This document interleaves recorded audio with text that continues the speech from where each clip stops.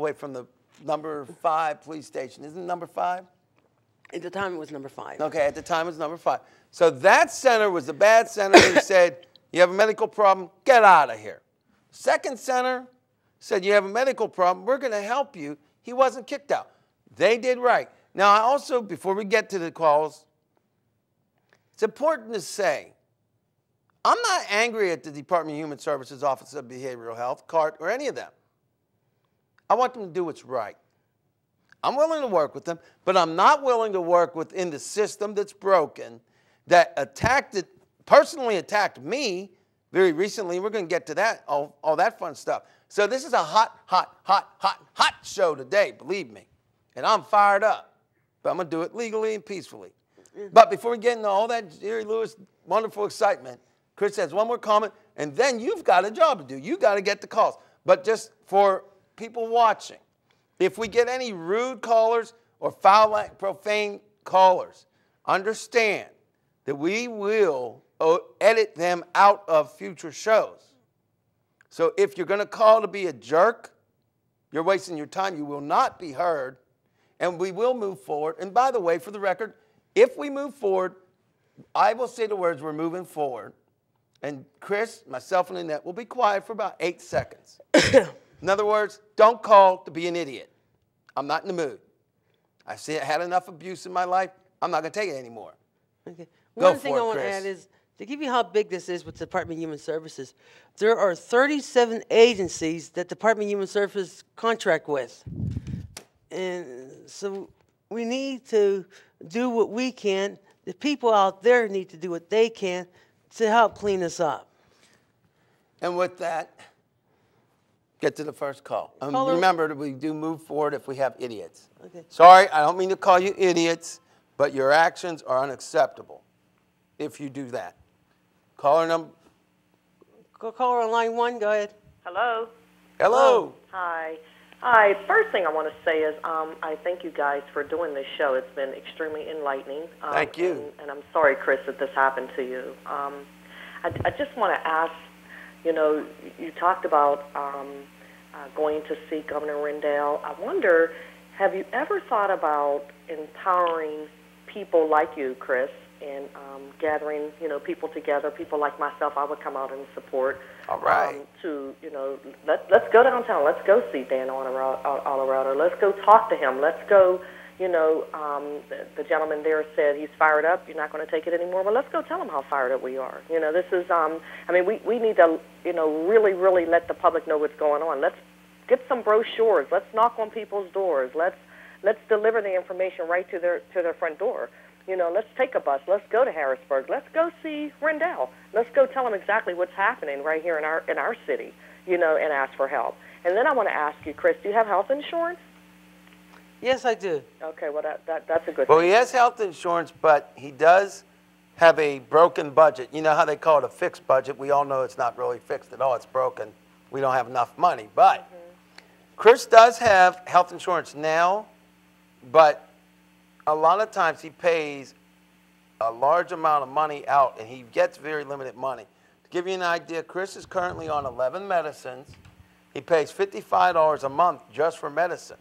And if he goes to the hospital, he has co-payments. And recently he hurt his arm in the winter.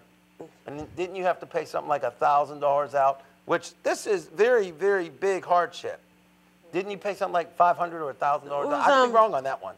It was about $400 I had to pay out. Okay, I thought with it was, with medications and the ER trips and the ambulance services. And what happened was I slipped on the ice and I broke my shoulder in 3 places. And wow. And they couldn't put a cast on it or anything like that because one of the places that was broken was 1/8 of an inch away from the heart valve, so they couldn't do anything. Now, if that caller is still on the line, please do me a favor and email me and Chris. We're going to give you the email addresses. We would like to try to organize these kinds of trips. I don't have the finances because I'm on a very broken budget, extremely broke. So we can't do it. That's why I'm asking attorneys to help us. I'm asking people that care, like yourself. So please email Chris. Give him your email letter by letter, please. It's Give the young lady. And thank you for calling. www. No, It's not www. Okay, sorry. It's C, capital C, WEIS 4898 at gmail.com. And mine. Oh, go ahead. Go ahead. You have more? One more thing I want to mention, Doris. We don't have to go to Harrisburg. We can just meet with our state senators in their local offices. And that's what I am doing. I already have a meeting set. I'm going to be meeting with my state senator on April the 17th at 1:30 in his Homestead office. And I will be going there.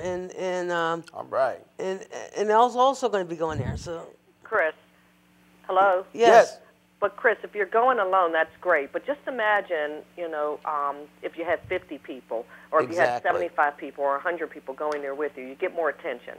So that's why, I just believe in power in numbers. Right. And I hear what you're saying, about going to Governor Rendell, but that would be the ultimate, if you had 50, 75 people. And I mean, it may take a while, but I think we can organize this. Well, please do contact us because I am very interested in working with you, and I agree with you 100%.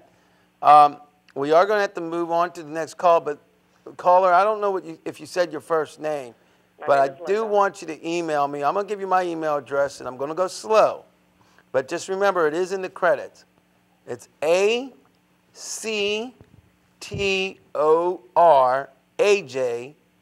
at Torcasomedia.com, TORCASOMEDIA.com. And I say it slow because it's hard to write this stuff down when you're watching the show. But young lady, I appreciate you calling. I think you have a very good potential to become one of Pittsburgh's heroes. I know Chris is a hero.